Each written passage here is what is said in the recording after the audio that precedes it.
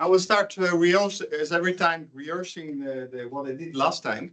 But I was thinking that what we'll do probably today, we'll go to modeling, but I will divert and I will talk about optimization probably in 2 weeks. Because now, if you know what duality is, vector spaces and duality, you are able to understand very easily what Banach spaces are, what Hilbert spaces, well, you will understand what Banach spaces are, what Hilbert spaces are, and then you will be able to understand a lot of very strong tools on optimization, which, for example, Kalman filtering is based upon, and any kind of optimization is based upon. There are a lot of things in optimal control, in linear regression, in all things that you have been using for sure many times. It's all the same stuff. It's the same thing. So, and I would like to try to show you that. Okay, so I want to first to finish all the stuff on linear algebra. Then I'll start because I have not prepared the lectures. I really need to put time into it. I did some notes that I did it for myself. But I also wanted to really spend time to prepare proper lectures about that, because it was for me a very useful learning process. So I will prepare this lecture and I will dedicate 1 or 2 lectures to really only to optimization and what is behind it, all the tools that you've been using without knowing it, basically.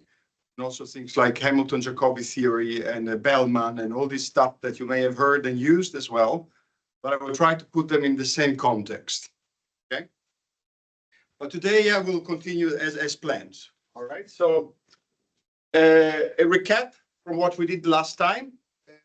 Major concepts that for at least for those who didn't know came out is the fact that when you have vector spaces is a very important structure, and it's not just an array of numbers. Okay, finite dimensional, you can choose bases, and then you have an array of numbers that are present elements in an abstract vector space.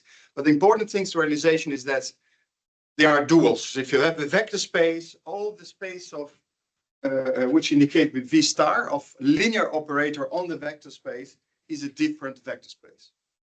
Okay, is a different vector space. And the point is that if you have a vector space, by definition, is a triple, is a set plus no times sum of vectors and multiplication by a scalar. That is the field of the vector space. We have seen in what we do in robotics is real, the real numbers. By quantum mechanics are complex numbers. Nothing changed, only the field. Okay. And then you can choose bases. So n element, if the vector space has n dimension, you can choose n elements. And then you've seen that in the notation, if I have these are abstract element in the vector space, and these are actually numbers. Okay, and you can write a vector as a linear combination of the element, the basis. These are real number, you multiply the element in the basis. And here there is a sum, which is in transparent ink. Okay, that's an Einstein notation. So there is a sum here from I that goes from 1 to n, the dimension of the vector space. Okay, this is Einstein notation. So all the time you should avoid to write the sum. If you have 2 indices which have the same letter, means sum from that number from I to n. Okay, and then we have seen that once you have a vector space, automatically, and this is true even in infinite dimension, okay, you have a dual vector space, which is different spaces, different thing, okay, and there as well has abstract elements, which we indicate the basis element with the index up, okay, and real number the same way, but you see that these are flipped. So if the numbers have an index up is a vector, if the numbers have an index down is a covector, a dual vector, okay? And this is basically, for your intuition, velocity forces. Forces are not the same things, the same kind of object and velocities. It's written and done all over the place. Number of papers have been published which are completely wrong. It's not the same thing, okay? And the reasons for that we showed the last time. So if you have a vector space and you choose 2 bases, I will go quick because this is what we did last time. But basically, the important thing that I showed is actually this slide, because if you take the analogy of power of physics, because that's what we want to actually to model, and if you have, this indicates in coordinates actually the pairing of a vector and a covector, force and velocity. Yeah, you pair them, and it is power. Okay, And if you want that somebody uses a certain basis and somebody uses another base, the blue and the orange bases, of course, power should not change. The calculation of power should be the same. And then it's this equal. Okay, this should be always the case. Because power is power. Okay, it's independent on coordinates. And if you change the basis, so suppose that they say, okay, somebody has the blue, somebody has the orange, and there is a matrix which is non-singular, which is the change of basis of the coordinates. And I showed that in the algebra that basically you see with a trivial calculation that the way you change from the bar basis, the blue one, to the orange basis, the velocities is different than the way you change coordinate the force. Only and exclusively as the consequence of having the same power, which in one slide show you that it makes sense to consider the changing coordinates of velocity and force is different because in general, the inverse and transpose of the matrix is not equal to the matrix itself. It's only true when the matrix is called orthonormal, and that's why badly it has never been discussed like this with you because you say, choose the orthonormal basis, do your calculation, never think about it. But if you go to polar coordinate, to any kind of coordinates, you get a problem. Okay, so it's very, very important to make this distinction between vectors and covectors. Okay, and then we talked about subspaces. Okay, what is a subspace? A subspace is, okay, I have a vector space, and this is, once again, this is true also for an infinite dimensional. So try to start training yourself to this abstract way of thinking. This is also true for infinite dimension, okay? So this vector space could be functions on a real line. Can anybody give me an example of a subspace that you have used all the time on a real line? Take an interval if you wish to see zero, maybe an interval. Take an interval. I give you functions on an interval. Okay, the vector as a vector space because you can sum functions, you can multiply function for a scalar. Okay, what would be a subspace you could define in that space?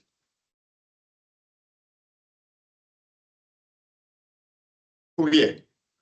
Okay, if you take Fourier, okay, you know that even actually is an infinite dimensional basis that you can represent any function on an interval. Okay, but if you take the first n elements of that, and you take any linear combinations, well, that is a subspace of the function that you can generate by those. Okay, and if it's an interval, you know, it is a separable space. So it means that you have an infinite dimensional number of bases that you need in order to express any function.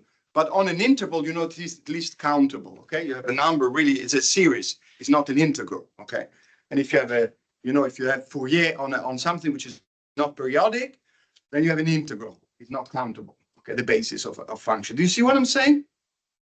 So if you take an integral, you can express any periodic signal as an infinite series of functions, right? That's Fourier definition. Fourier on an interval, right? These are bases, and the coefficients are the elements you multiply for the basis. Okay, so it's the subspace. So you can define, for example, subspaces of functions are all the functions that you generate as a linear combination of those functions. Same story. Okay. So so you generate a subspace by a certain number of, you know, you take any two vectors here, for example, you take any two vector space A in V. Okay, is a subspace if you take any two vectors and any linear combination is still there and stays in the subspace. And then we talked about annihilators. That is a very important concept because this is really seriously very often wrongly done. If I give you a vector space and I give you a subspace, there is no way without any extra structure to define anything else. What you can define is a subspace. If you have a vector space here, and this is the dual vector space, you can, if I give you a subspace here, give me a subspace there. And that is the subspace of linear operator by definition, that if you apply to this subspace is always zero. Okay, you cannot define any other subspace here, but you can define a subspace on the other side. Same story here. If I give you a subspace in a dual space, I can define another subspace here intrinsically. I can define a subspace on the vector space. Okay. And I gave the example of a constraint. So if I have a degrees of freedom, okay, and I say, okay, I say 2 degrees of freedom, for example, 1 degree of freedom, that subspace that I only can define and couple to this 1 degrees of freedom here is a 5-dimensional, because rigid body have 6-dimensional motions, is a 5-dimensional subspace of ranges, which are called the constraint ranges, which are by definition, indeed, the ranges that applies to that motion give me 0. Okay. And then I talked about projections. That is done wrong all the time. If I tell you, I give you a subspace, define me a projection of something on a subspace, is a non-well-defined problem if you don't have any structure extra. So what you can do then instead is to say, if I define that I subdivide the vector space as what is called a direct sum of 2 subspaces, which means there is a unique, this is a symbol for unique, way to decompose any vector as the sum of 1 vector here and 1 vector there. Okay, so there's a unique way of doing that. Then you can say, well, if I give you a vector, how can I decompose it in A and B? And that's what projection is all about. So in other words, if I give you now this situation, I still cannot say anything. But if I say, what is the projection of V on A along B?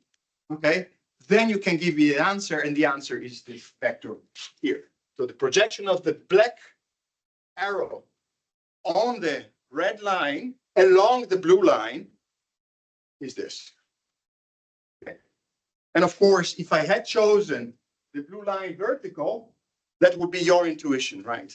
That would be the projection that you would call orthogonal projection, but we do not have an inner product here, so we cannot talk about orthogonality. Okay, that's the point I want to make. People just use orthogonality all the time like it's given from heaven. Well, too bad for you guys, we don't have it most of the time. In Euclidean space 3D you don't have it in twists and branches.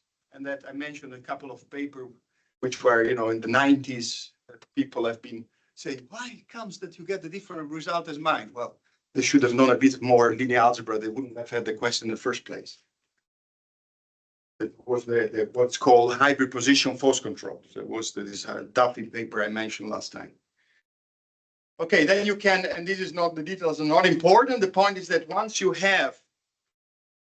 able to have a vector space and you divide it in 2, and you define it in such a way that this vector space supposes dimension n, and the vector space, you define a subspace of V, which is dimension k, okay, and you define a dual here, which is dimension n minus k.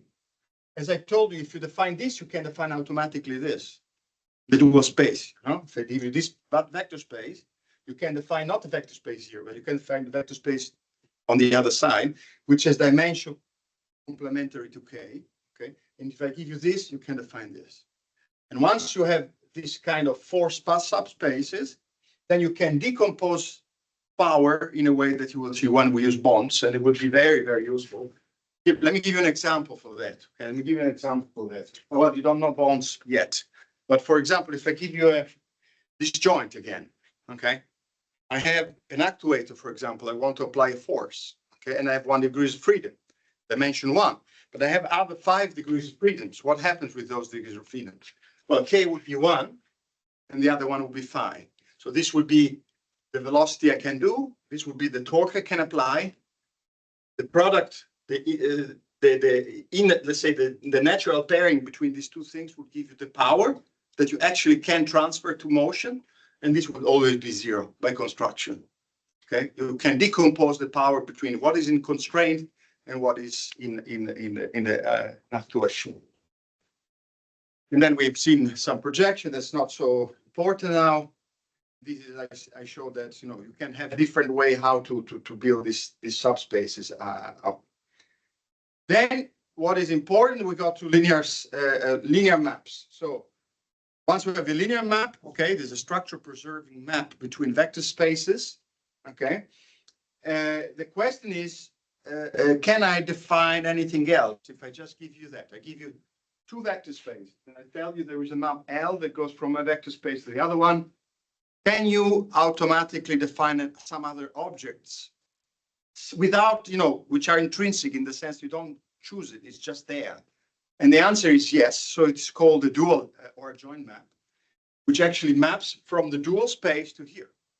Okay, for the robotics people in the room, this would be Jacobian transpose Jacobian kind of thing. Okay, so if I give you a linear map here, you have automatically a map in the opposite direction on the dual spaces, not on the same space, on the dual space. That's the start. Very important. Okay, and this is the way it is defined. Okay, and I remember yesterday I told you, well, the other time I told you what is fascinating when we started playing with indices. And I say, okay, if I have a linear map, the way I write a linear map, okay, I write with two indices, okay? And I say if I have ij, so it's basically it's a second order tensor as we introduced, second order tensor. So you multiply for j, the sum is there, you don't see it, okay, j from n to n, then you would get a vector like this. Okay, so you take the sum on the j indices, the sum is there from j from 1 to n, you get this thing. So you see that indeed from a vector you get a vector. Okay, but then you also can see that the same object is the same linear map. You know, it's a matrix. I could contract it not with j but with I. So I could contract it with a force. You see now the index of the force is down because this is a covector. This is a vector. This is a covector. Okay, and this would return a force j. Okay, so. And this guy, you see, is the same matrix, but I just use it as a transpose, as a Jacobian transpose. So this guy here, as a map, is a different kind of map, because this maps velocities to velocities, and this maps forces to forces, but it's the same guy. Okay? It's the same object. Okay. So, and basically what it does is defined in a way that this power, this pairing, natural pairing, is equal to this. Okay, so you want to preserve, because these are linear operator on this, these are linear operator on this. So I can naturally, without any extra structure, apply this to this. Force to a velocity, power. Force to a velocity, power. Okay. Okay. And then we generalized this. Well, actually, I used it already. This is a second order tensor. So it says, yes, please. So, given you do a linear transform, the power would change. Pardon? If the power would change, if you go from the one mapping, you map the one to the other, the yes. power would change in. No, so I define the dual map. I define dual map in a way that whatever A is and could be time varying, the power will never change. That's exactly what happens in a Jacobian, by the way. So if I now take these two guys. Well, these two guys, it's the same. I told you it's the same. If I vary this power and this power are always the same by construction. This could be time dependent. You will see what that means. Yeah, I see. Yeah. Okay, now because by construction, the power is always the same. In fact, is what we will see is a transformer. Okay, it's the concept of a transformer in general. Okay, and a Jacobian kinematic structure is nothing other than a transformer in these settings. Okay. Any other questions? No, any have questions? No. Okay. Then we went to the general definition of a tensor. So now once we know the difference between a vector and a covector, we know that any multilinear operator, if I give you a matrix which takes two things, okay, one on the right, one on the left, that returns a real number. Now we can ask ourselves, is the one on the right a vector or covector? Is the one on the left a vector or covector? You see, now you need to make a distinction for this kind of tensor. If I give you a third order tensor, which is a cubic matrix, okay, you need to multiply it on three sides for a vector like to get a real number. And now the question is, for each of these three, is a vector, is a covector? Because there is a difference. That's tensor calculus. That's it. No more, no less.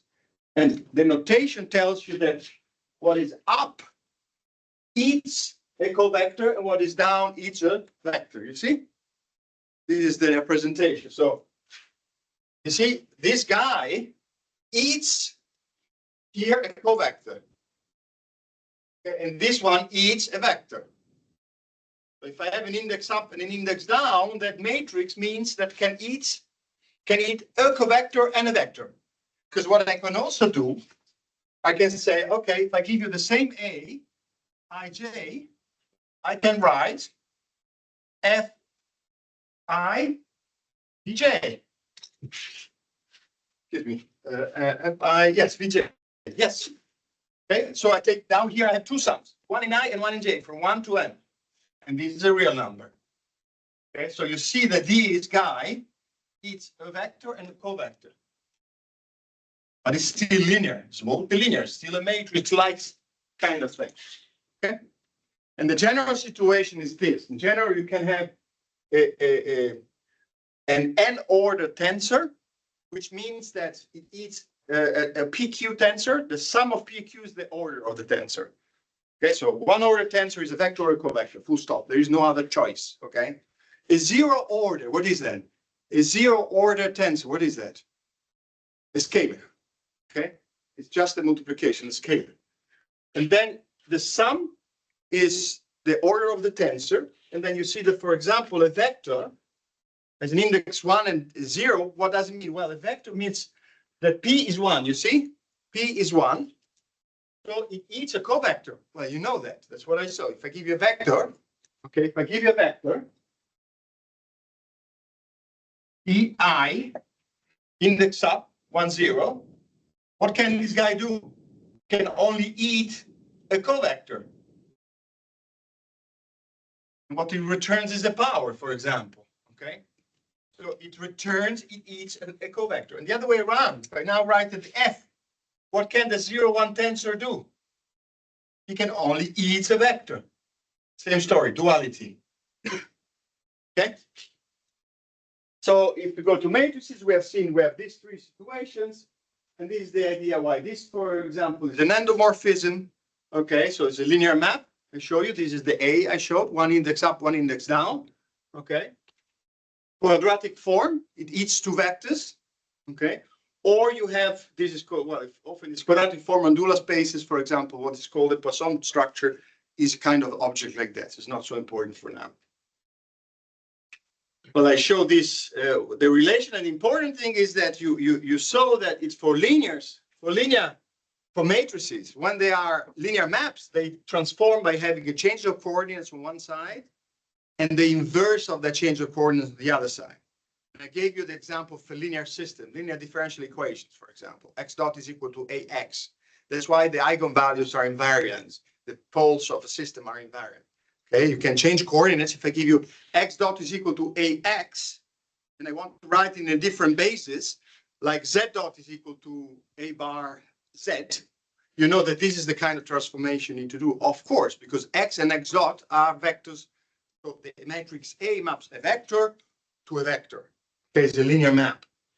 But it's very different if you give me kinetic energy, for example. Okay, it's quadratic form. And then in fact, you multiply on the right for the matrix, on the left for the transpose. You see, transpose and inverse are not the same. They are the same only when they are orthogonal coordinate change. And that's the whole story about duality. Okay? Okay, and then the issue of eigenvalues. Okay, so eigenvalues makes only an exclusive sense for a linear operator. Why? Because if I give you a vector, this is the definition of eigenvalue. So V is a vector. If I take a vector and multiply by a scalar, what is it? It's just a vector in the same space. Okay? It's just longer or shorter, but it's in the same direction. So this is a vector, this is a vector. So A is a linear stop. It cannot be anything else. You cannot define eigenvalues for a quadratic form. People have done it, have published paper on it. That is rubbish. Okay? It cannot be done. It makes no sense. It's not invariant. Okay, so this is a vector, that's a vector, so that's must be a linear operator, is no other way. Okay, and it's very important. I could give you an example if you want to in the break in quantum mechanics, for example, how this would work.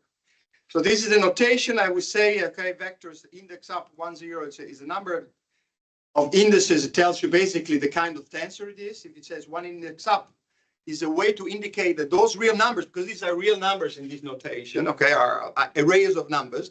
But now, just by writing like this, you understand that these are array of numbers in a base which is of a vector space. Okay, and I showed last time that it was independent on the base, and these are covectors, 0, 1. So that's the way you write the force. This is the way you write the velocity. And then if you have something like an inner product, it's like this. So if I want to write in this notation, kinetic flow energy, for example, okay, the way I would do it, I would say kinetic co-energy is, you will see why I say co-energy and not energy, but I'll come to that later. You say VI, Vj. If I give you two vectors with one up 0, I cannot do anything with them because I can only contract indices which are up and down. I can never contract two indices up, two indices down. So the only way I can go to a real number, what is it? A quadratic form, which is, for example, Mij. And you know, there is a half in between in front. This is kinetical energy. Okay. But then you see immediately a number of things just by the tensor properties that you have. And this can be generalized in nonlinear spaces, etc. So look, this is called kinetical energy, okay? We indicate it like this. But now you also see that if I have these things, which is a quadratic form, you see this is a 0,2 tensor, 0,2 tensor, two indices down. If I now give you this, I can only contract one index. So I can only contract, for example, the I index. And I'm left with the J index down, right? What do you call this? Momentum. Okay. So you see that the momentum is a different kind of tensor than a velocity. It's at an index down. And that's why Newton's law tells you that Fj is equal to Pj dot. Because the dot doesn't change the kind of tensor that you have. So Newton's law, second Newton's law, is a covariant, so a 0-1 kind of equation. Okay. This is Newton's law. This is everything. You know precisely what kind of object you're dealing with and why. Okay. Okay. Well, this is the issue I said about the indices. I will skip this.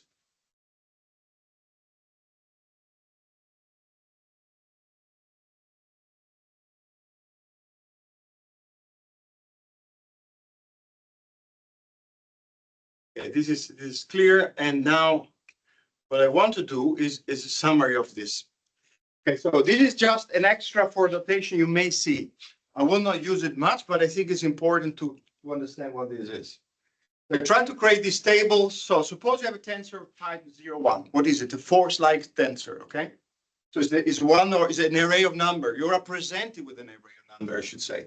So you see, is the representation of the tensor. So these are numbers. These things here are numbers. And by writing like this, it means that these are bases of the dual vector space. The Aj. This is the sum that you don't see, okay? So what does this represent as a map, for example? This is a map that eats a vector and returns a real number. Okay, you see? Why? Because, you know, this is a force. So it's a force, eats velocity and gives power kind of thing. Okay, so this can be seen as a map. And this by definition, if you look at the definition of tensor of 0, 1 is a multilinear map like this. Okay. So this is called the covector. You can see its mathematical name, you call it the covector. Okay. And the vector space, this object belongs to V star. Okay. The A, which is the object itself, okay, and the bases that you use in order to give me the numbers here are also in V star. Okay. Dually, you can talk about vectors. So what is a vector? Well, a vector, you see, you write the indices the opposite direction so that you know that you're talking about a vector. So this is a type 1, 0, one index up. You see?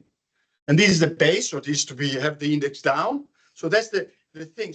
So for vectors, if the array of number has an index up, the base index down. And for covector is the opposite. So we will never use bases, almost never use bases, because once we understood that everything you do, it's invariant, you don't need to talk about bases because you know you always do the right calculations. Okay. And then this is, of course, the dual map of this. It takes a vector, eats a force, it spits a real number. Okay, so this is a vector and these elements belong here. And then if you talk about second order, then you have what is called a tensor product. This is the way that it is defined. So this basically, as this element was the basis for vectors, and this for vectors, and this is the basis for covectors.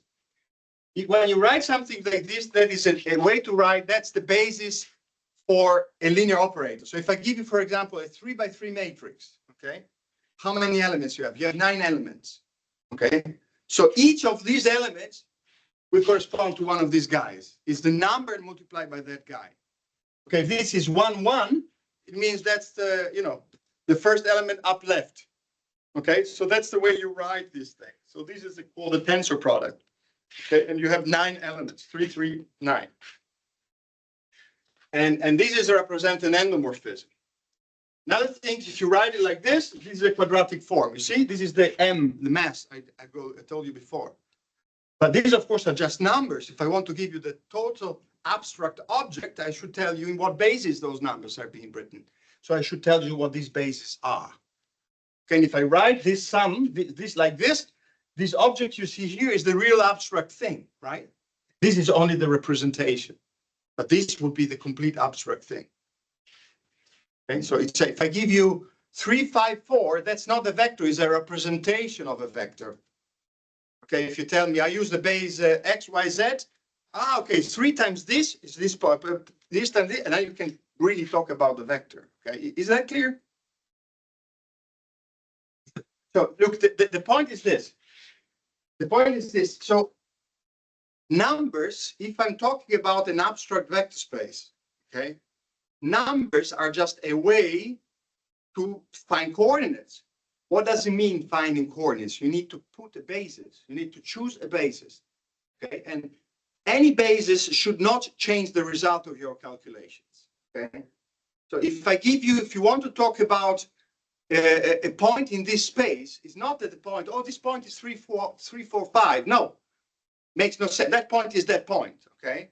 And if you say, well, it's a linear space and the origin of my vector space is here, okay, then I can represent this as a vector like this, for example. That is that vector. There is no number associated. It's that vector.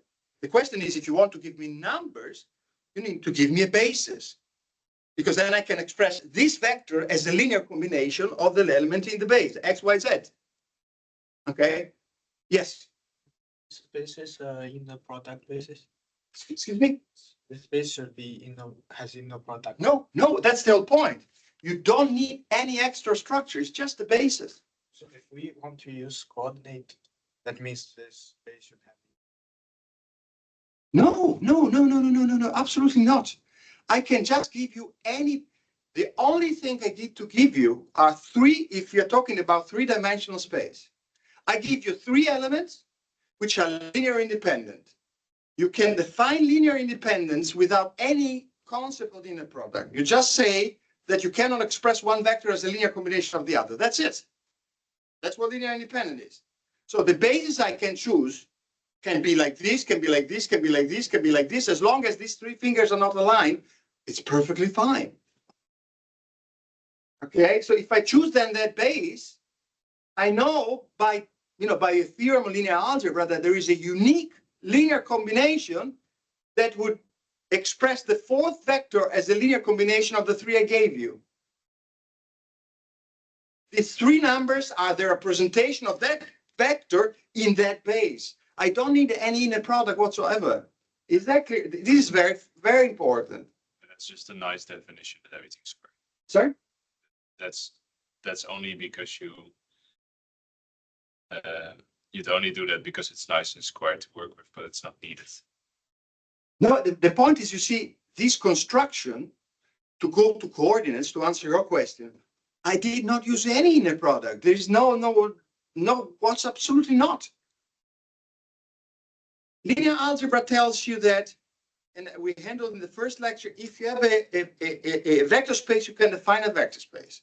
If it's finite dimensional, you define the dimension of a vector space as the number of linear independent vectors that you can choose in that vector space. You know, if I give you a 3-dimensional space, if you can choose 3 vectors which are linear independent, any other 4th vector will be dependent on that. That's the definition of dimension, full stop. There is no inner product, nothing else, only vector structure. And I can talk about it because the linear combination is a concept which is given by the 2 operation of the vector space. The fact that I can sum vector spaces and I can multiply by a scalar. That's it. So I can define linear combination. Okay? And by definition, you see that if I have a n-dimensional vector space, It means that I can find n linear independent vectors. The way you choose it is a free word. It can be very different the way you choose it. Fine. There's nothing intrinsic in your choice. There's nothing intrinsic in your choice. What I can tell you, if I now, you choose n vectors and you choose n vectors, I can tell you that any of higher vector can be expressed as a linear combination of yours. And if you do it for each one, that's a change in basis. Is it clear? Yeah. So then the base, so the vector itself are not the numbers. The numbers are just the multiplication coefficients for the that you have to multiply by the basis vector you have chosen in order to get the real thing. Okay, so the numbers are just coordinates that by themselves have no meaning whatsoever. Or if they give you, look at the vector 354 in this room. What do? You have no idea. They say anything. But if I tell you this is X, this is Y, this is Z, look at the point. This is 1, suppose. The point, no, not 1. This is X, Y, Z. And I say, look at the point 300. You know which one I'm talking about. 1, 2, 3. This point. And if I do it like this, it still works, huh? Nothing changes. Because I know that the sum is a parallelogram rule. There is no inner product. Did I talk about an inner product? No. And that is precisely the thing I'm trying to get rid of your head. Is that clear? Okay. Now, so what in this context, this by itself is not a vector, it's just a number of numbers. If I want to really tell you what vector it is, I need to tell you what these guys are. Okay, but for calculations, okay, very often you choose a base and then you forget about it. But the important thing is that if you choose this base, the base of the dual should be such that satisfies the rule I show you. So that the 1 and 1 should be 1 and 1, 0 should be 0. It is not an inner product. It's not an inner product. These are dual element, linear operator on this. It's not an inner product. Okay, so if I give you a velocity in this direction, and I want to say, okay, this velocity is one base, velocity is a base. I choose 3, like this, 1, 2, and 3. Okay, the only thing I'm saying is, okay, what is the dual of this velocity, of this vector I chose here as a velocity? Okay, that should be a force, okay, such that the power applied, that force applied to this to give you 1 watt. Applied to this 0 and applied to this 0. You see, I don't need any inner product. Okay?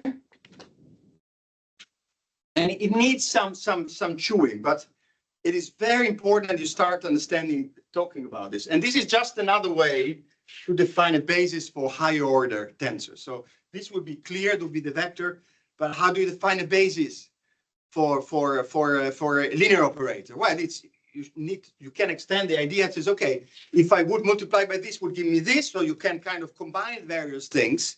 And then you can define as a linear combination of 2 indices. And this would be the basis for the linear operators. Okay. But I will not use that, but that's the correct way of doing it. Okay. And if you have questions, you could do some exercise later. But okay, then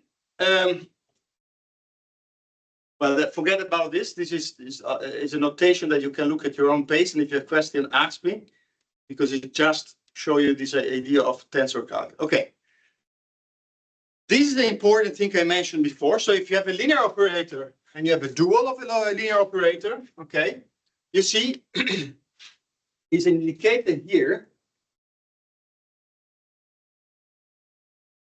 Oh, where's there before? Oh, there. Yes, please. In your example with the 3 coordinate systems, like V would be this one and W would be this one, for example. Yes, well, it doesn't have to be in the same space. These are bases. These are just elements in the same space. So, try to think it up. So suppose that V would be this space, okay? And W could be, when they pick it up and this could be finite, this could be infinite dimension. Let me give you an example.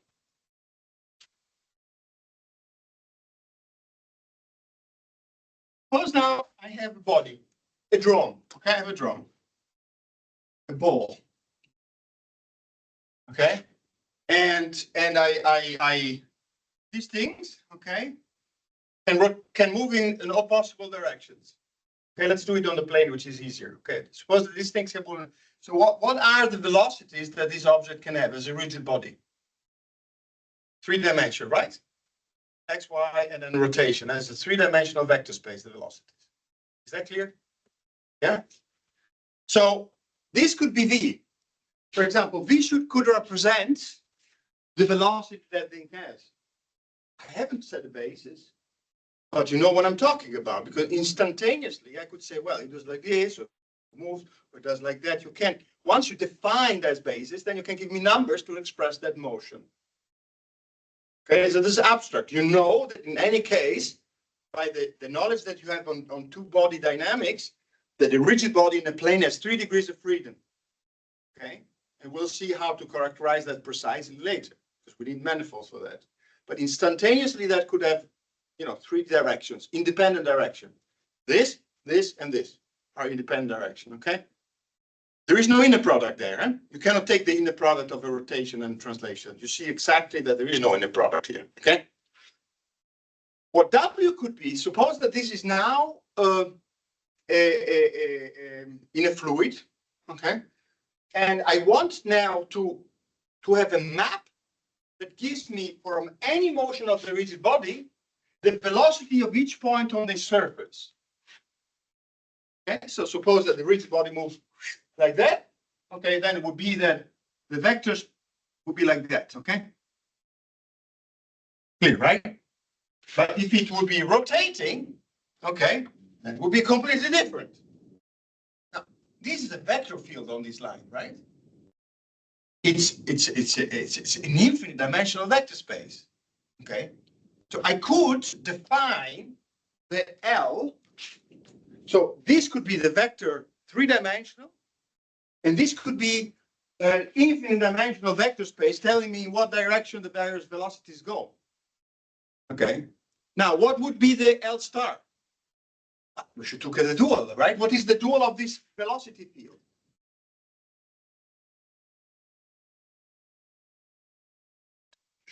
Okay. Integral of these velocities? Would be the integral indeed on the line, but and in each point you should look at the pressure.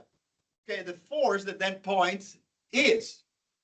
Okay, for example, if this is in a fluid, the fluid will this will move, but there will be a force on that, right? So the pairing between the velocity, the element, let's say the V and the F, if you wish, right, would be an integral on this curve. Okay, and in each point you would have a vector, each vector of these things, a vector on S, okay, paired to a force in S, for example. Okay, and I'm leaving out the integral because there's a different story. But you get the point, right? So that dual field would be basically the force all around, which is related to the pressure, blah, blah, blah. Okay, I will tell you much more about this later, but I need to introduce forms. Okay.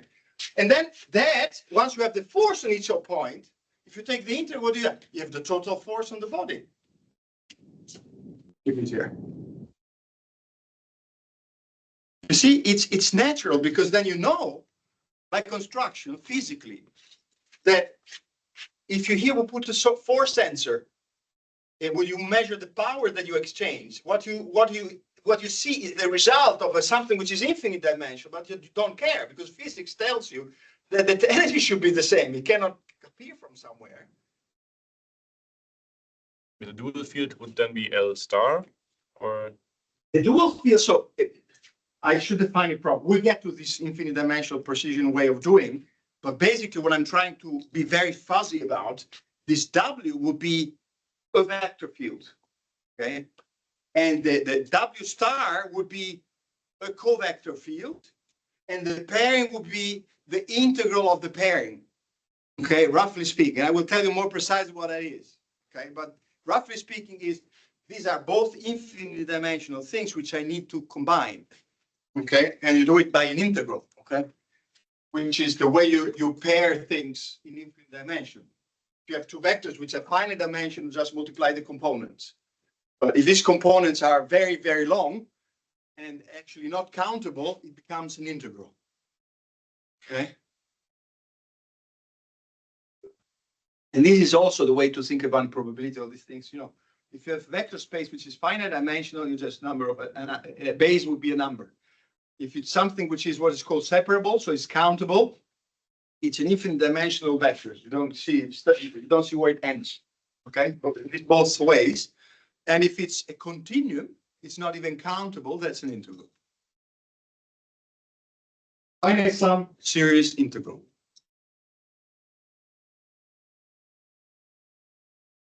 Yeah. And if you go to continua, there's an issue because, of course, in general, there's measures. You need to have a measure. We'll see all this.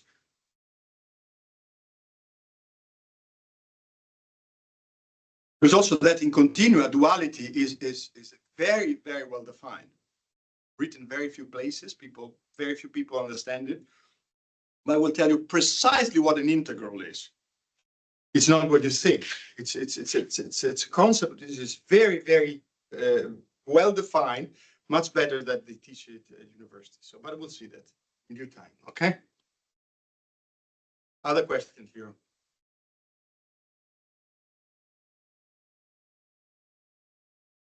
So this is, as I said, is the same object. You said this is the base in this abstract way of saying. So basically, what I'm saying here is these are the numbers, the matrix. Okay.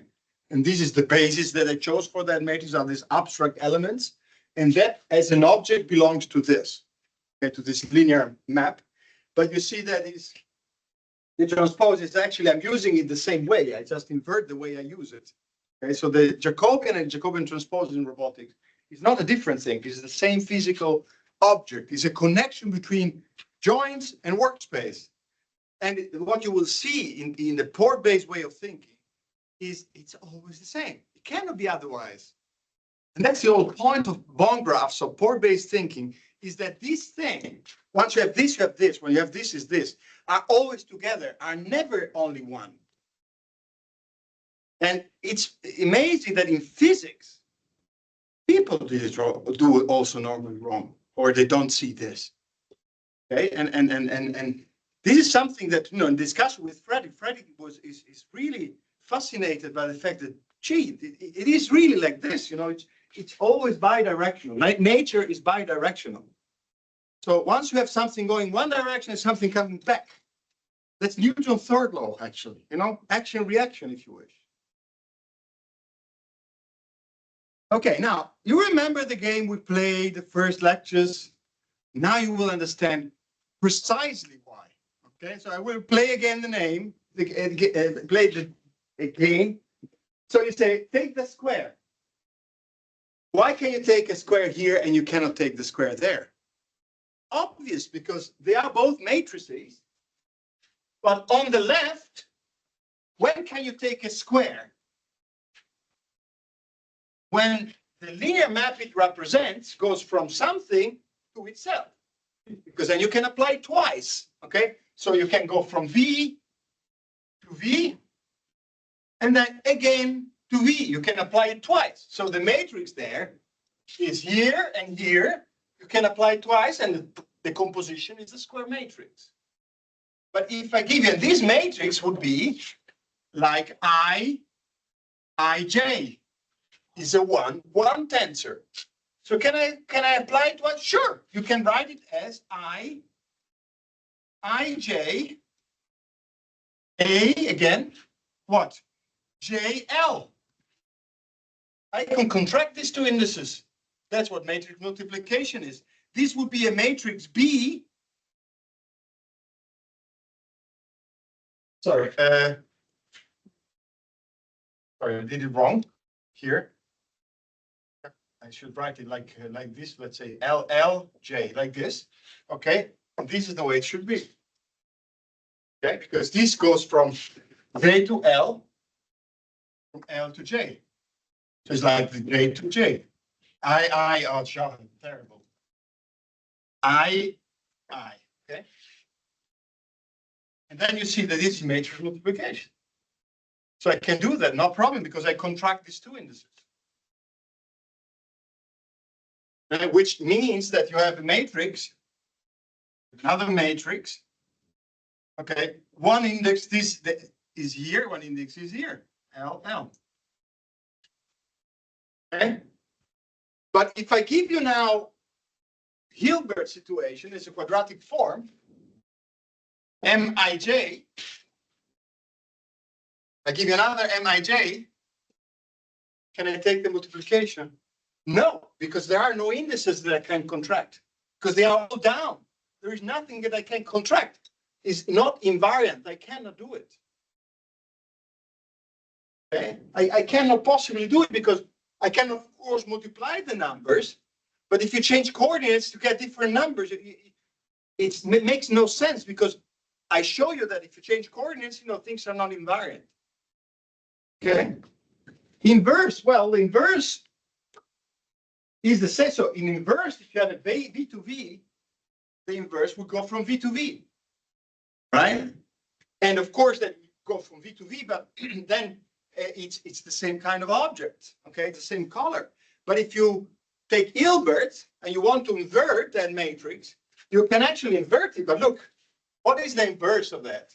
If I take the inverse of this, becomes something which is LQ, as two indices up. And then it's such that, of course, if I then take this MLQ and I do MLQ, MIJ, but of course I need to take the multiplication. I can do it now because now the index is up, right? So I can substitute, for example, this Q with this I. So I take the sum, okay? And what I get, by definition, if this is the inverse of this, is what is indicated as Kronecker delta L J. Well, this is the identity matrix. So if L is equal to J is 1, is L is equal to J is 0. So I define this as the inverse of that. But you see, it's a different kind of object. It's a 2-0 tensor, not a 0-2 tensor. I can give you the inverse of a 0-2 tensor if it's invertible as a matrix, but as an object, it becomes a 2-0 tensor. So it changes the color. Transpose, what is a transpose? Well, a transpose is the adjoint map. If I give you a linear operation, this is the transpose of this, is the maps of forces. Okay. Can you talk, and this is the same thing, why? Because transpose, you invert the two indices, right? If I give a quadratic form and invert the two indices, it's the same kind of object. When can you talk about symmetry of the matrix? This is a nice one. If I give you a matrix, can I ask you, say, is that symmetric? Can you give me an answer? Can you always tell me yes or no? Doesn't it make any sense?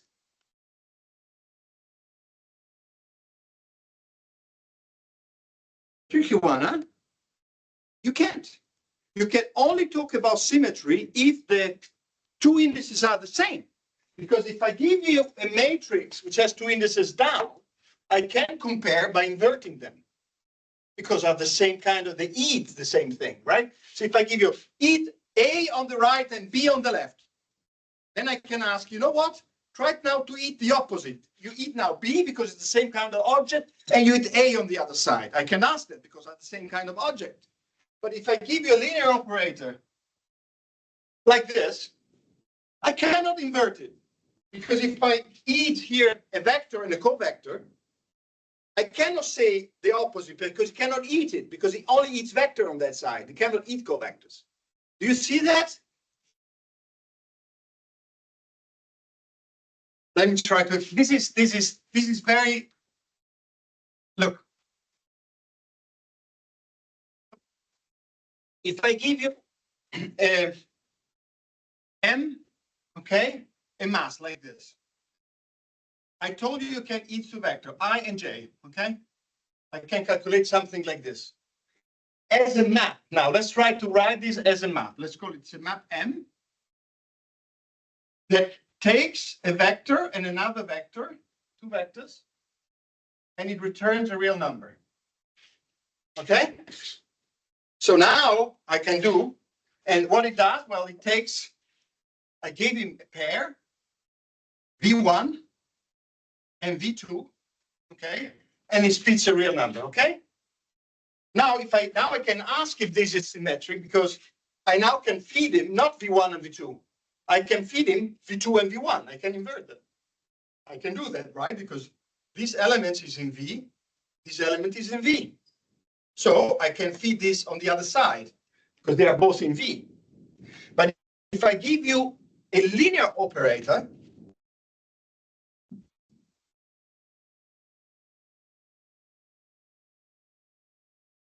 as an index one, I and an index low, Aij. Okay, so it eats a vector and a covector. Okay, so now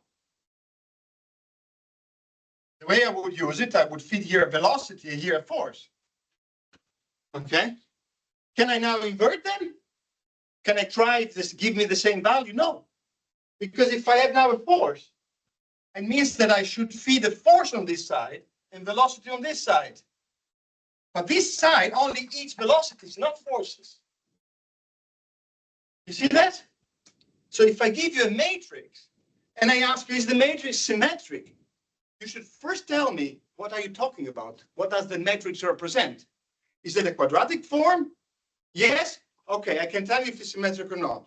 If it's a linear operator, you cannot even ask the question. It's not well posed question.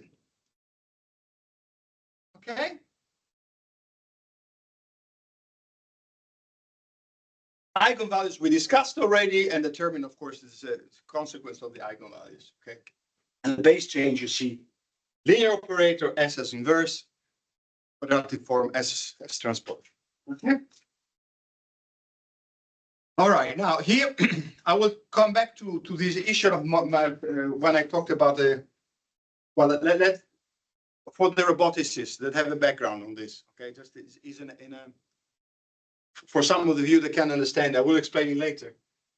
In manipulability, in robotics, people write some shit without these things here, without the M there. So you just write the terminal JJ transpose, okay? It makes no sense whatsoever. No sense whatsoever. Pseudo inverses without this M makes no sense whatsoever. Okay. The reason is simply because if you look at this diagram, and this for the roboticists, if you have here the configuration space, this is the space of velocity of the configuration, these are the space of forces. Okay. The Jacobian maps to the workspace. Okay, we'll see what all these symbols exactly mean. And we know that the transpose of the Jacobian is the adjoint in what I said, certain configuration, it goes back. And then we know that the robot has an inertia tensor. It's an inertia, the inertia matrix of the robot. You have something here. Now, if you want to define something here, the only way you can go in all possibility, you know, this arrow is always like this. You cannot normally invert this arrow because you can have a snake, which has thousands of degrees of freedom, like what you're working on, okay? You have a very many degrees of freedom, but you have one end effector. Okay, so this would be very big and this very small. You cannot invert that. Okay, you can do this. Okay, and then if you do this, you see that here, well, if it's a physical system, you can invert this matrix. So what you can do is this invert of M, this that returns this matrix. So this is actually the proper formulation of manipulability. We'll get to that later. I will not spend time on it. Okay, let's have a break now, and then we'll start. Linear stuff is finished. Okay, we'll start attaching this linear stuff to manifolds and see what configurations are and how this can be extended to manifolds.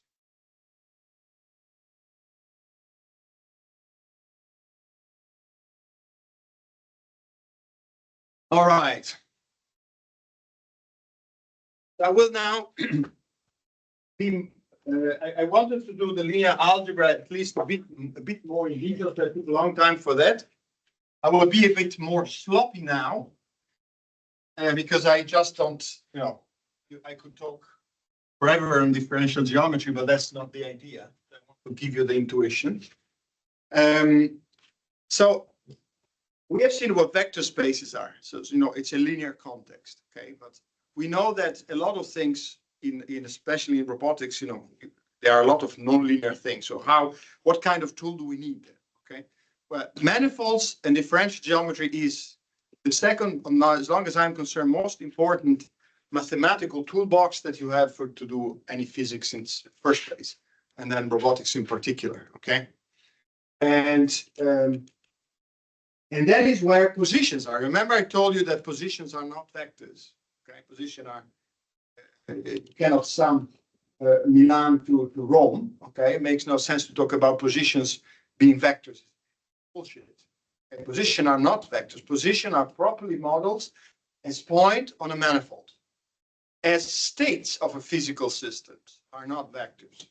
Okay, unless you're a linear system and you suppose that everything is linear, blah blah blah. But in general, states on a physical system are modeled as points on a manifold. So this structure of manifold is very important, okay? So what is a manifold? So, and I'm very precise and just want to intuitively tell you what these are. So think about a manifold as a space, okay, as something which is smooth, okay, as a curve, smooth space of dimension n. Of course, you cannot really imagine easily something which is higher than dimension 2 because you always see it embedded in a bigger dimension, okay? But the idea is that you can properly define, you can look at different geometric books, but the idea is basically that you define it as a set, okay? Sorry, as a topological space, and there's something else. So you have certain properties, so basically to say what points are close to other points. And then you have a chart that goes to Rn, so its dimension is Rn.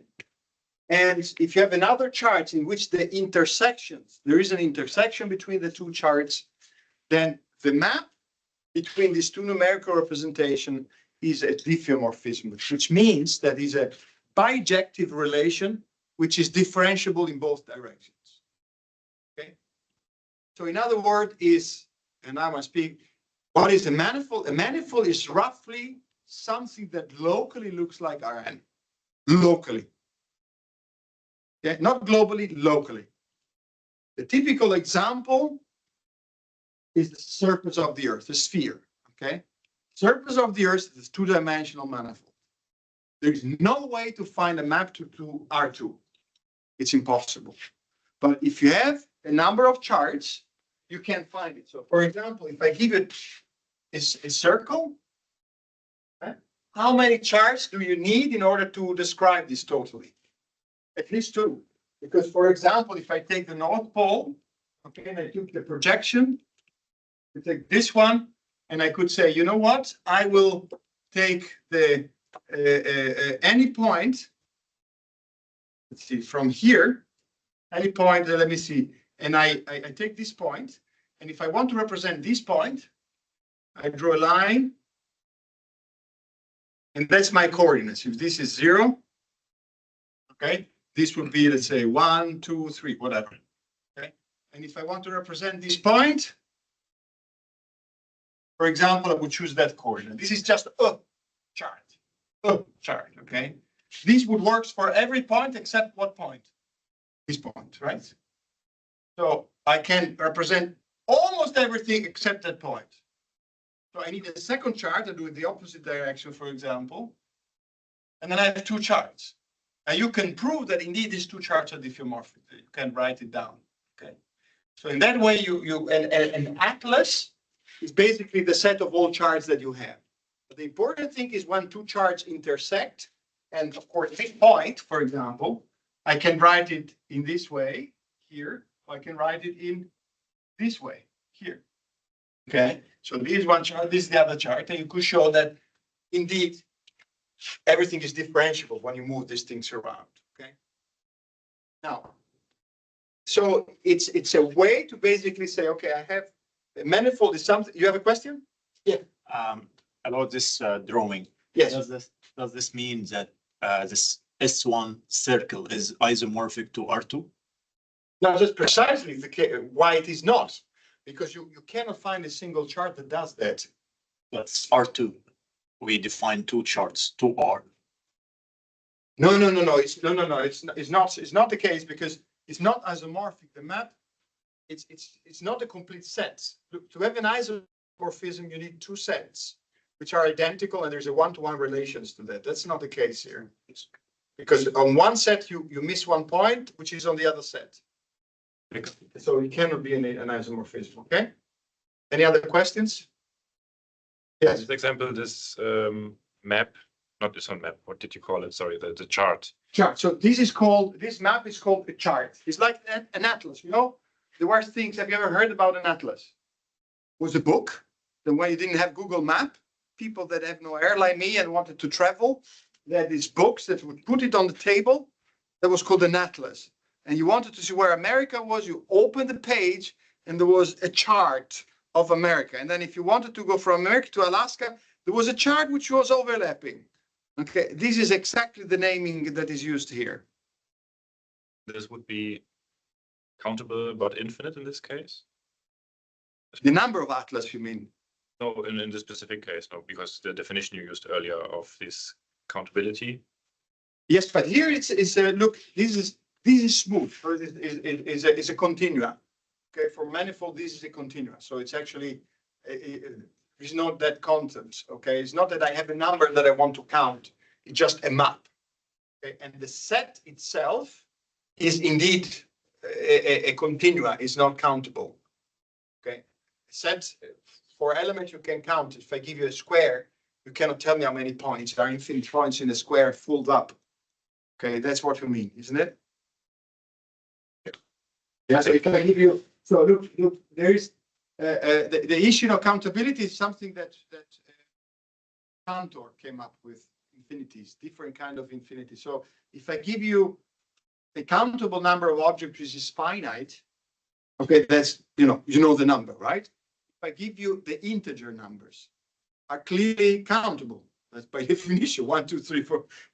But they are infinite. You can go to infinite. Okay, so they are infinite countable numbers. And in fact, a set is called, by definition, countable if you can find a bijection between the integers and that set.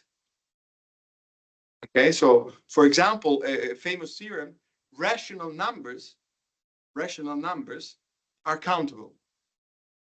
Irrational numbers are not. Can you show? You know how to prove one rational number are countable?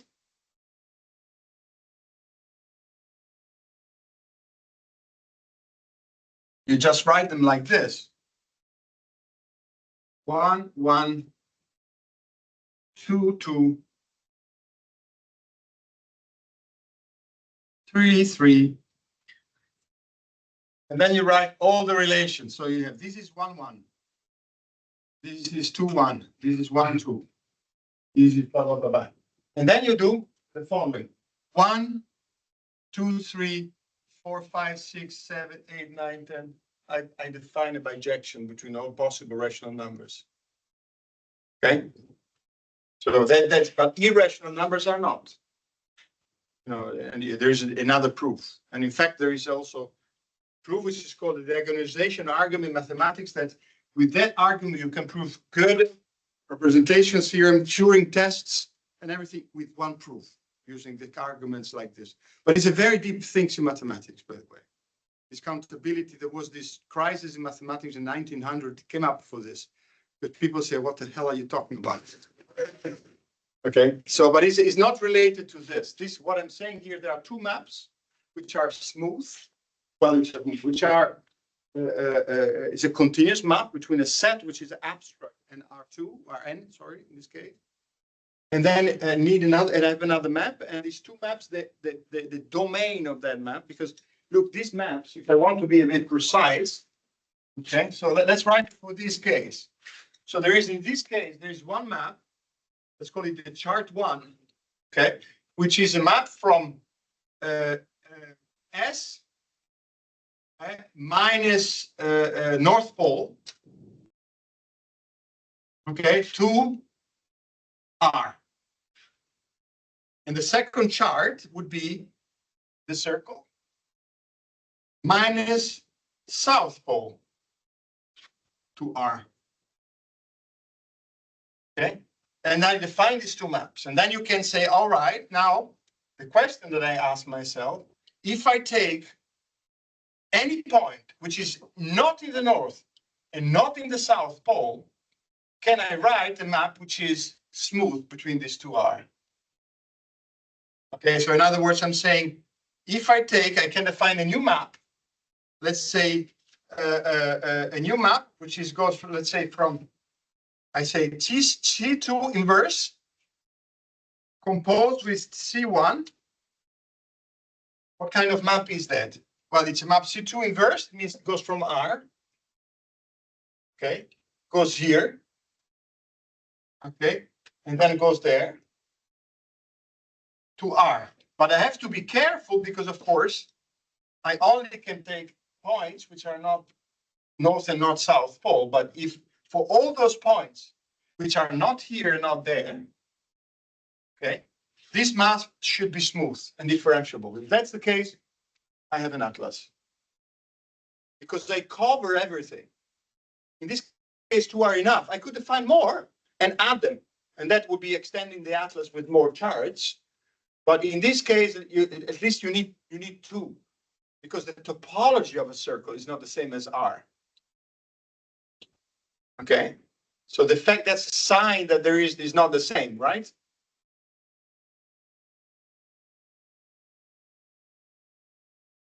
Any other questions? I had a question about the manifold being smooth. Yes. That basically means it is not Doesn't have corners. discontinuous, or No, they are two different things. Continuity and smoothing are two different things. Continuity is a topological thing. So continuity can be defined properly. I can tell you what the definition is in a second. But the idea is that, you know, if I give you this piece of paper, oh, I cannot include, but if I give you a piece of paper and I fold it, it is still continuous, but it's not smooth, because the derivative on the corner from the right is not the derivative on the left. Okay, so that's the reason. But continuous is a different thing. Continuous means it doesn't have holes somehow. Yeah. But it's not even true, because continuity is a topological concept. So if I give you a map, okay,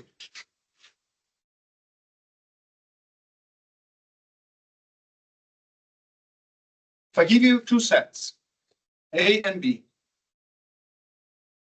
and I give you a map, okay, if I only have sets, I cannot say anything else than I told you, that the number of count the number of elements in the set, maybe. Yeah? I cannot say much. When you want to talk about topology and continuity, implicitly, you never say, but what you have is you have topological spaces. So this is a topological space, and this is topological. Otherwise, you cannot talk about continuity of that. What does it mean to be a topological space? Well, topological space is a pair. So it's A and a set here. These are all open sets. You define what you call open sets in A. You define it. And you define the topology. The topology is, I tell you what I call open sets in A. And normally in Rn, this is what we use, what are open sets? Are the balls without the boundary, right? All possible balls. What is an open set? Well, if I give you this without a boundary, that's an open set. That's you define it. Have you ever seen this? Never. I mean, this is what topology is. Okay, so this is what in Rn you define an open set, and the set of all balls D of radius R, for example. Okay, and you basically say, well, it's the set of all points which have distance smaller than R from the point you consider. That's the ball around R. Okay, because you have a metric. That's the way normally it is defined. But the point is, you need to define open sets. A topology in Rn, which is Rn has a standard topology. This is called a standard topology. All possible balls you can define in Rn, which means if I give you the real line, okay, what are all open sets you can define are called open. All the things, intervals that you have, okay, which do not have the boundary are called open sets.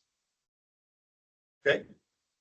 And then you define a topology here, and you define a topology is there.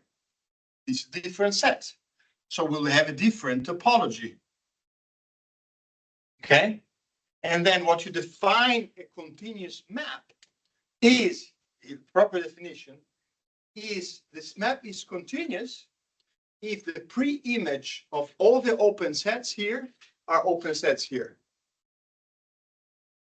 And because now I can ask yourself, well, suppose I take an open sets here in B. And now I can look at all point in A that goes there. Okay? If what I get is still in this set, then I call that map continuous. That's the definition.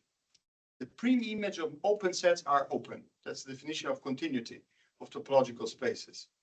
Which boils down to the fact that if I give you a function which does like this, for example, well, that's not open. Why? It's not continuous. Why? Because if I take, okay, this an open set here, you get things which are open on the other side. Okay, so it's you get an interval here. Okay, so that's the kind of game you play. Yeah. Because here I should say, if I take now here, then you get an interval. And this is closed on this side, so it doesn't work. Okay. Okay. So but in this context, differentiability means smooth, and that you can basically take derivatives. And there is also much better definitions because you can have C infinity or C3, C4. But there are different. How many times you can differentiate? You can say, how smooth is that thing? It's very infinity. It means it's analytic. There are different lot of concepts which I will not go into. But there's much more to be said on that. This is analysis. Okay. But intuitively, something which is smooth, and therefore there are no corners, so to speak. And the dimension is the same everywhere, so to speak. Okay. Now, if that's the case, and once again, I'm against sloppy because there is a proper intrinsic definition that Frederick gave last time he gave the talk. Okay, I will give an extrinsic definition of tangent spaces because it's more intuitive to work on. It's mathematically much less powerful, but for intuition is useful. If I give you now a curved surface, and I give you a manifold, and I define a curve. What is a curve? A curve is a map from a real line to the manifold, okay, which is smooth. So this curve will not do like that, go at one point. It's smooth as a curve on this surface, okay. Then I can look at what point is in that point in time of the curve. So this could be, for example, parameterized by time, okay, but anything else would do it. Then if the manifold is smooth, then I can define uniquely a tangent space in that point. Okay. And the tangent space in that point is a vector space. Okay. So a manifold is actually something in which you have tangent spaces attached everywhere. But this tangent space attached here is different than tangent space attached there. They are different. They are completely different tangent spaces. But if you have a tangent space in a point, you also have a cotangent space, because if you have vector space, you have a dual vector space. Okay. And the question and all the things that has to do with curvature and all these kind of things is the fact that, in fact, they are really different tangent spaces.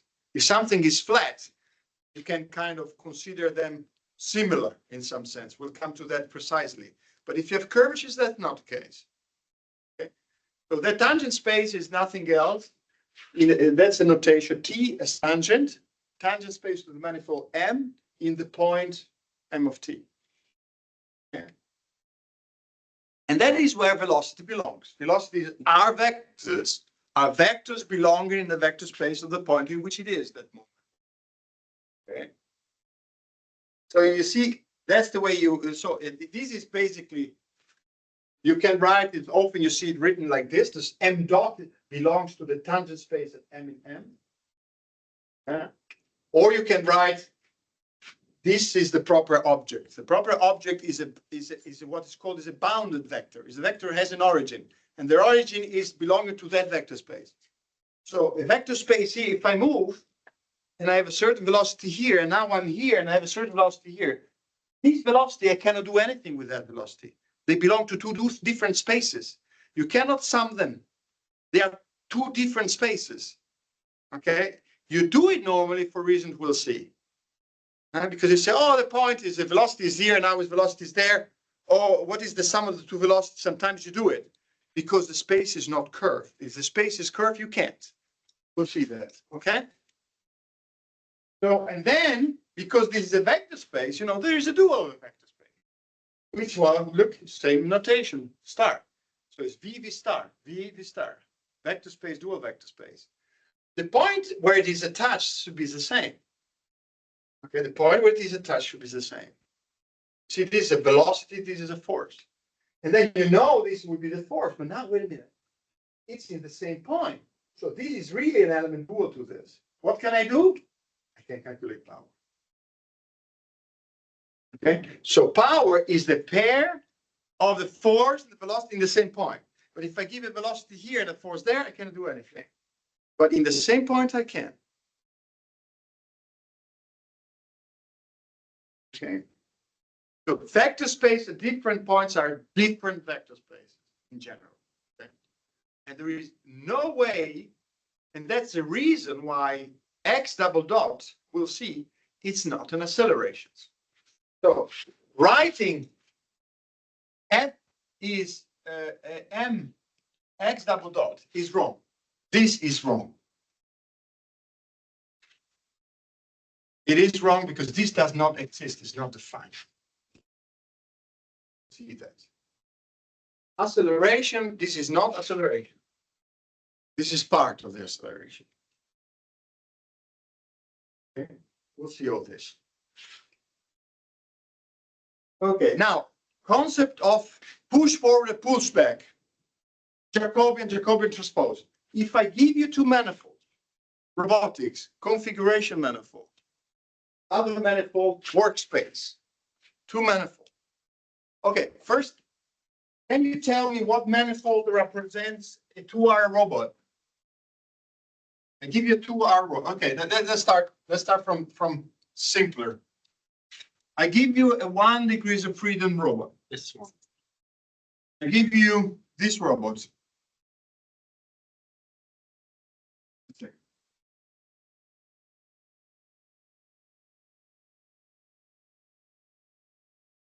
If you, this robot can move from here to here, what is the manifold that represents that configuration space? Restricted S1. Okay. Subspace of S1. But it cannot go further than this, right? That's why I said subspace. An interval. So the manifold would be an interval, right? This point would be that point, the point would be that point. Okay.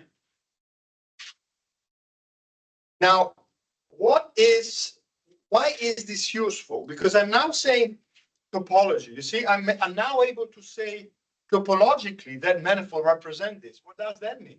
It means that if the robot is like that, and it's slightly close to that, I can represent the point which is slightly close to that. So the fact that it's a topological space is there's no inertia here. It's purely topological space. It tells me that the configuration close by are point close by here. It's a topology concept we are using here. Okay. Now, why is now important to make the step and say, now suppose that I now say, well, these can rotate all over the place. What is the configuration manifold that represent that? Now is a circle. It's not a real line. Because if I would use a real line, I would not be able to tell you that at a certain point, what is close is coming back. So you really see that from a topological point of view, the configuration of one rotation system is a circle, cannot be a real line, is wrong. A real line is wrong because it does not represent the continuity and the topology of this. Do you see that? Because if I'm here, close by, okay, close by, I turn and at a certain point, oh, I'm back there in the same position. I'm close by the same, so the topology closes. So really topologically, the configuration is not a real line, it's a circle. Is that clear? And so the topology representing, the topological manifold representing configuration of one R robot that can rotate all over the place is S1. It's called S1 in topology. What would be the case that the rotations are restricted? If you can say, okay, you can, That's what I said before. It's an interval then. That's an interval. not in the range of motion, but in the amount of rotations. You can do a full circle, but only like 3. That would be an interval, still an interval. Because you cannot go back to the same point, right? So you would have basically an interval. This is the first rotation, second rotation, third rotation. It's an interval. Good question. But if you can go back, then it's you close the topology. You see, it's a different topology. You had a question? Somebody else? Yes. Can we say that the configuration here could be SO2 also? Because we can. No. Let me think. Well, you know that it's a group. It's much more structure. Why would you? You see, SO2 is a Lie group. Okay. And in a Lie group is much more than a topological space. The topological manifold is a topological manifold, is a differentiable manifold as an operation. There's too much structure. You know, it's fundamental. If I've learned something working with Frederick on these things is once you need to model something mathematically, what is really the minimum kind of structure you need in order to describe what the concept is that you want to express? The same as position. Why do people talk about position using vectors? It's too much structure. You cannot sum Milan to Rome. Okay, so you don't need to sum points. This is too much structure. It's something that then people think, you know, start playing with these things and do nonsense. Huh? So in that case, what I'm talking now is the strict topological nature of the configuration space. Topological nature, no inner product, no dynamics, nothing, only topology. Okay. All right. Now, other questions? Now, suppose I now have this robot. I attach a new link, which can only go from here to here, so to speak. Or 3 times on one side, 3 times on the other side, following what you say. What would that be the topology then? S1 cross the interval. What is that? What do you call that? It's isomorphic to a cylinder. They call that cylinder, right? So it's isomorphic to a cylinder. This, I mean, the topology could be this also. Eh? This is identical to this. Eh? Topologically speaking, this object is identical to that. There is no difference. Still S1. Eh? Still S1. This is S1. Topologically, this is S1. Don't make the mistake, oh, S1 is a... No. These topologically are identical things. There is what is called an homotopy. You can deform this to the circle and the other way around. So you don't change the topology. You don't cut, you don't put holes into it. It's the same. Okay. So I'm only purely talking about topology here. Okay. Now, so this would be isomorphic to a cylinder. Okay. Suppose that now this can rotate completely. What would that be? Sphere. Okay. Sphere. Eh? Okay, that's sphere. Sphere. Cylinders too. S1 cross S1. Okay, now let's try to do this game. Before, when it was finished, when it was, what did we have before? A cylinder, right? Also. And Donuts. what it? Aha! You got it, huh? Because what if I make this cylinder at a certain point, I make it that it can move more and more and more at the certain point it can touch. What does the cylinder become? Our A torus is not a sphere. The cylinder then? I'm confused. Sorry? What is the cylinder then? A limited motion on the second arm. No, a cylinder was the case in which you had one complete rotation, and here you have finite things. So you have a basically, topologically speaking, if I give you something which is S1 cross an interval, what you get is something that looks like this. The sphere would then be 1 point with 2 degrees of freedom. A sphere, you cannot write it as a cross of something. It's a different object. Yeah, but if you'd have say an actuator if that's just a swivel in all 3 Well, dimensions. if you have a sphere, so yes, if you would have something which could move in all directions, and very important, and you do not consider the rotation of the link, then you would use a sphere. But if you have the rotation of the link, because that's also configuration of the rigid body, would be nastier, because then you would have basically a sphere across a circle. Because basically where the axis is hitting the sphere, if you take an imaginary sphere around it, that will give you the sphere where the things, and then you have an extra rotation. So you have a circle across a sphere. That SO3, Sorry? isn't that SO3? No. 3 Once again, what are we talking about? That is 3 degree of freedoms of rotation. SO3 is a group, it's a Lie group. Okay. I didn't tell you anything about operation. I'm just talking about topology. Yeah. You start getting a little bit the idea, okay? All right, now, if therefore we have an R2 robot and the end effector could be, for example, the points at the end effector, okay? The XY at the end effector, for example, we'll do much better than that later, but this could be, for example, a torus, and this would be R2, or at least a circle, because if these are totally extended, the workspace would be a circle, right? What is the reaching set of the robot, right? If you have two links, there will be a circle of dimension L1 plus L2, okay? So something like that, okay? Then you have what is called a direct kinematic, will be a nonlinear map. Okay, you give me a point here, and it gives you a point there. I can talk abstractly now. I didn't put any coordinates. I did tell you that I have a one-to-one relation between a point on this abstract thing and the physical configuration of my robot. So this is a representation of the topology. And then I have here another representation. Now I can forget about my robot. And I can tell you what is kinematic. Well, kinematic is just a map. That given a point, a configuration of my robot will give you a configuration of the end effector. Okay. And this will be a map because from this manifold to that manifold, which associates to a configuration, a point in the workspace. And in robotics, this is called a direct kinematic map. No number.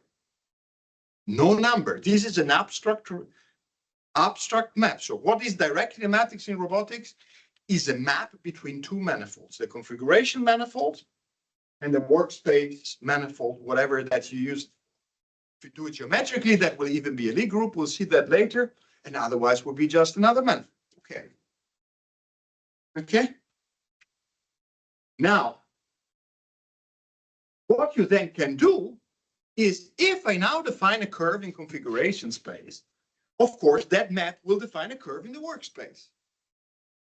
Okay. I give you any curve in torus. So suppose that what would be that if we have our 2R robot.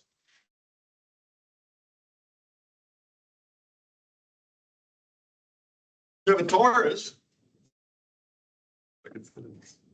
Now this is a torus. Okay, and then a curve would be a curve there. I could map this to the end effector. You would have a curve on the end effector. Okay, then what could you do? Well, if I am now in a certain configuration Q, okay, I'm in a certain configuration Q, I know that the corresponding will be a curve configuration X on the other curve, right? And when I move on one curve, it moves on the other. But what can I do now? If I now give you a velocity, you have a question, Jaime? I'm trying to No. explain planet to donuts. Because I still don't understand the cylinder, because wouldn't it be only a cylinder if the first arm would be restricted and the second arm not? But if it's the other way around, it's not a cylinder, is it? If you have 2 degrees of freedom, okay? So it's always the cross of the 2 degrees of freedom, because once you fix 1 degree of freedom, you look at the other. Look, the important thing, if you have a mechanism in which you can fix some degrees of freedom and move the others, is basically saying, once I fix, what is the topology of the other degrees of freedom? So if you have 2 degrees of freedom, they can be like this or like this, it doesn't matter. But one is a circle and the other one is an interval, the cross would be a cylinder. Yeah, because for each of the point of one, you have the other. So if you give me a point on the circle, I give you a line. Line, you get a cylinder. You can do it the other way around. I give you for each point of the interval, I give you a circle, you get a cylinder. You see, you can build a cylinder by line or by like this, you see? You fix one, you move the other. You see it now? Okay, so now, if I have a curve here, I can, of course, talk about velocities, right? The velocity in my configuration space. It's a manifold, so I have a curve, a manifold. So I know that there is a tangent space there, okay? And I know that the velocity of the configuration of my robot is a vector on that tangent space.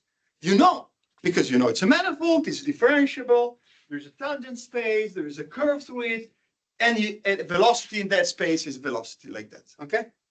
But now, what is interesting, you can uniquely have a map that tells you, of course, if you are there in that moment, and you're there in that moment, okay, there is a map which, given any vectors on this tangent space, would give you a vector there. That's called the push forward differential of a nonlinear map.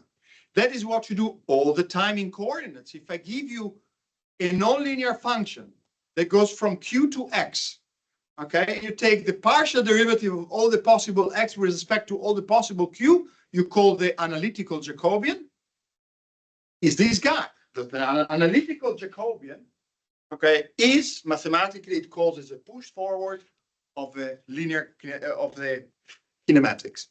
Okay, in mathematical terms, it's just, you have a map, which is non-linear map between two manifolds. If you fix a point, the configuration, okay, then you have a linear map between that vector space and that vector space. That's called the Jacobian. Okay, call it, when in robotics, it's called the Jacobian. In mathematics, this is a concept which is much more general. It's called the push forward. And you indicate it with F star under. So F is a nonlinear map between the manifold.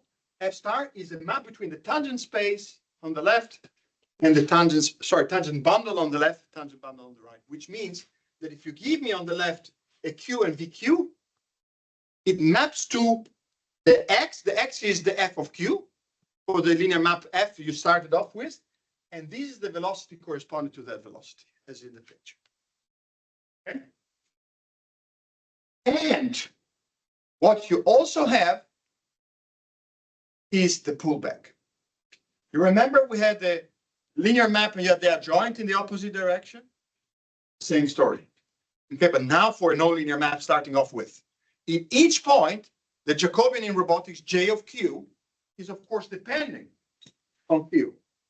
Okay, but in each point, if you have a Jacobian, you have the transposer.